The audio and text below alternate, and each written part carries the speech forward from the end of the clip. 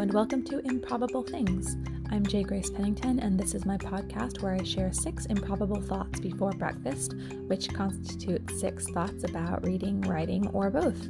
So I just got back from vacation, but I managed to have one day free at home where I could get up and get this recorded for y'all. So I got my 6 things, and let's get started.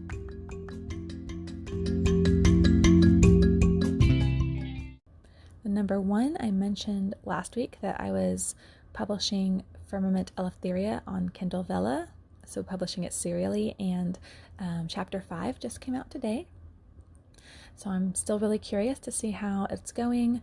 I'm not sure yet how to find numbers on how many people are reading it, etc. Since this is a new format and a new service, I'm not really sure where to access that information. So I'm not exactly sure yet how it's going, but we'll see. And the first 3 chapters, I think I mentioned, are free on there. And then, so there's only been a couple chapters so far where you actually have to pay for them. So that also will be interesting to see how that goes, if I've been able to hook any readers with those free chapters.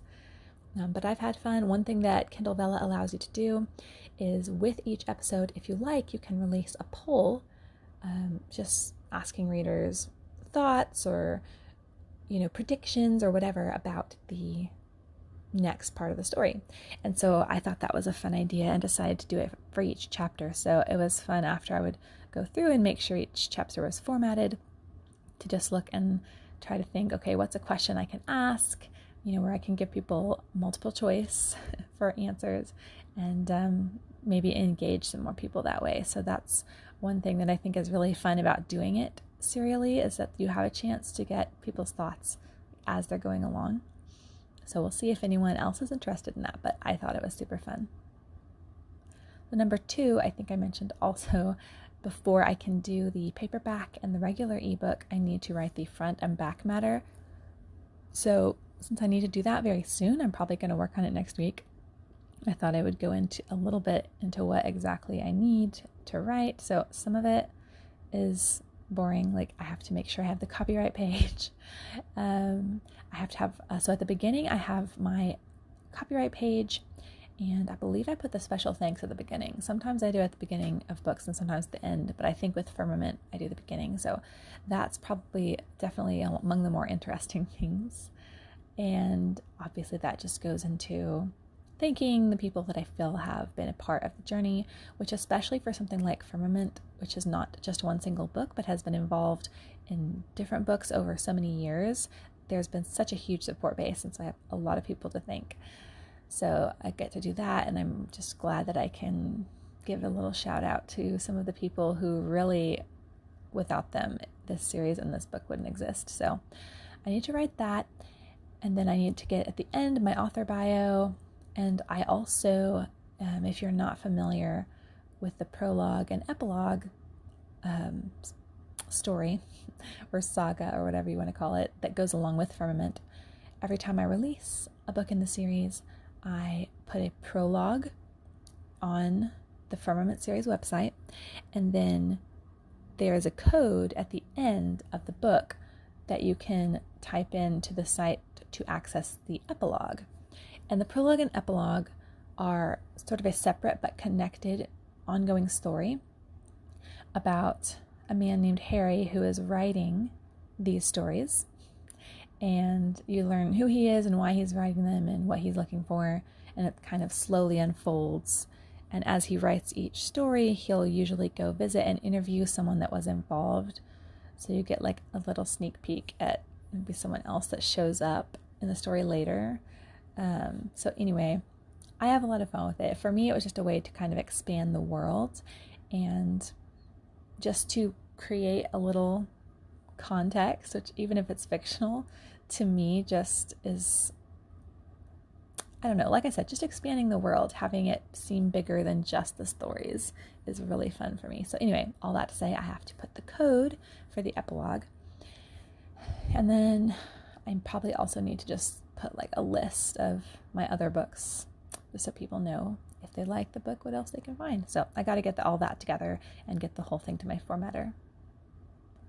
The number 3, I mentioned that I'd been out of town, and my daughters and I were visiting my family, which is about 6 hours away from us. So, it's not horrible, but it's definitely not easy to just pop down there. So it was really nice to get down and see my dad and my brothers and just get to hang out for a few days. And so one thing that I did is when I left home, I, was living with family, and then I was living with roommates, and I did not have room for all of my stuff, and particularly for all of my books, because I have hundreds and hundreds of books. And so I did bring a lot with me, but I also left the majority of my collection back stored at my parents' in giant Rubbermaid boxes. So in our new house, we have our own storage building. So I told my mom I'd like to just start gradually bringing my stuff up here. Obviously, there's no rush because they haven't had it for like 7 years, but I just would start to taking it off their hands and just having it, for myself. Even though I don't have space in my home for more books, I can at least put them in my own storage instead of my parents. So we carted back a couple giant boxes of books, and my husband was carrying them in and taking them out to the storage building. He just like, oh my goodness, how many books do you have? But someday I'm going to have a room that's just a whole library, and then all my books will have a home. So that was exciting, and just to look through them and see many books that I've been wanting to read or remembered, or there was one book in particular that when I wanted to reread it recently, I'd had to get it from the library because I don't have my books. So anyway, now I have some more of them, and that's really exciting for me. The number 4, while we were there, I know that I've mentioned that all 3 of my baby girls love reading and they love books. And at one point I was sitting on the couch and I looked up, and my 4-year-old Violet had brought her uncle a book, and he was reading it to her. And then April comes in with a book, climbs into the chair next to them, and just starts reading it. And then little baby Lily, who's just 1 year old, toddles into the room carrying 2 giant books, like almost as big as her, and just sits down on the floor and starts looking through them.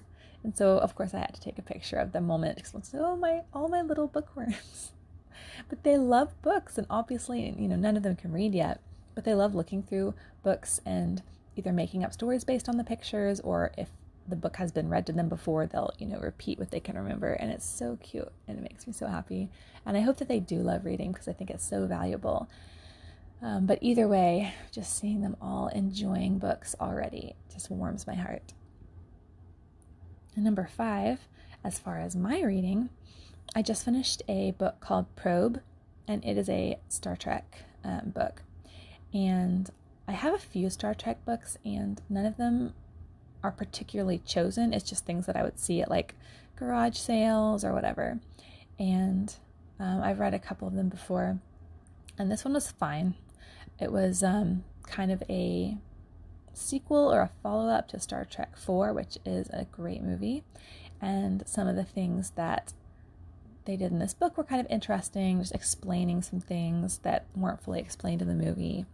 So I liked that, but it's like the writing was just fine. Apparently it had 2 authors, and that made a lot of sense to me, because there were parts that I thought really were very well written and really, beautiful prose and everything. And there was some parts that were just okay. It was so fun for me to get to see all these characters, but the dialogue was very, I don't know, I was going to say stilted, but some of it was stilted and some of it was just corny. Like, the people constantly would say each other's names when they talk to each other, which always bugs me when you do that too much, because that's not how real people talk. And I don't know, it seemed like there were times that the characters were trying to be witty and it wasn't really coming across that way. So definitely dialogue was not this writer's strength, but overall I thought the story was relatively interesting. But I would definitely say I have not read any Star Trek books that have been amazing works of literature. And I mean, it really is just glorified fan fiction. It's just fan fiction that sort of has, been sanctioned as part, acceptable to be published under the Star Trek label. But even in the little bit that I've read, I've been able to see that there's absolutely no consistency. Like, they didn't sit down and say, here's the rules for the Star Trek universe. And, because there'll even be things like, I know in a couple that I had looked through, Because I think we know, I don't remember if we know this from the series or if this is just sort of expanded canon or what, but we know that Dr. McCoy was divorced at some point. But that's pretty much all that they ever get into in like movies or shows or anything like that.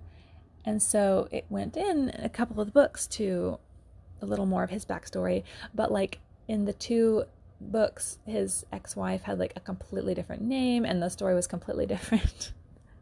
I'm like, well, that doesn't really work. Like, if you're trying to write stories set in one world, there needs to be at least some. I understand that it's very difficult. It's difficult for me, just as one person writing one series, to keep things consistent. But I don't know. I wish they would have come up with some way to maybe manage the accuracy better, or the canon or whatever.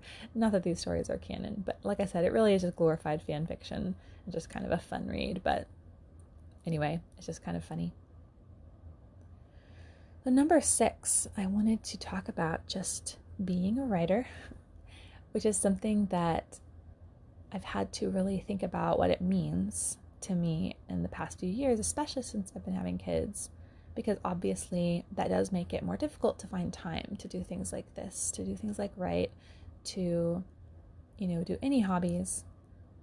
And if I am going to do it, I have to be very intentional, and it is harder work in certain ways than it used to be.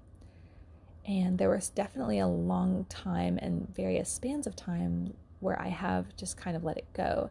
And I don't think that that's bad or wrong or anything. And there are seasons where, there's a season for it and there's a season 2 kind of put on the back burner for sure. But sometimes it wasn't so much that I couldn't, it's just that it was so much effort. And, I didn't want to put in that effort. And again, that's fine. But for me, that's not what I want. And I read a book earlier this year called Atomic Habits by James Clear. And the thing he said that stuck with me most is that every action you take is casting a vote for the kind of person that you're going to be. And it just makes me think now, whenever I'm doing something, what vote am I casting?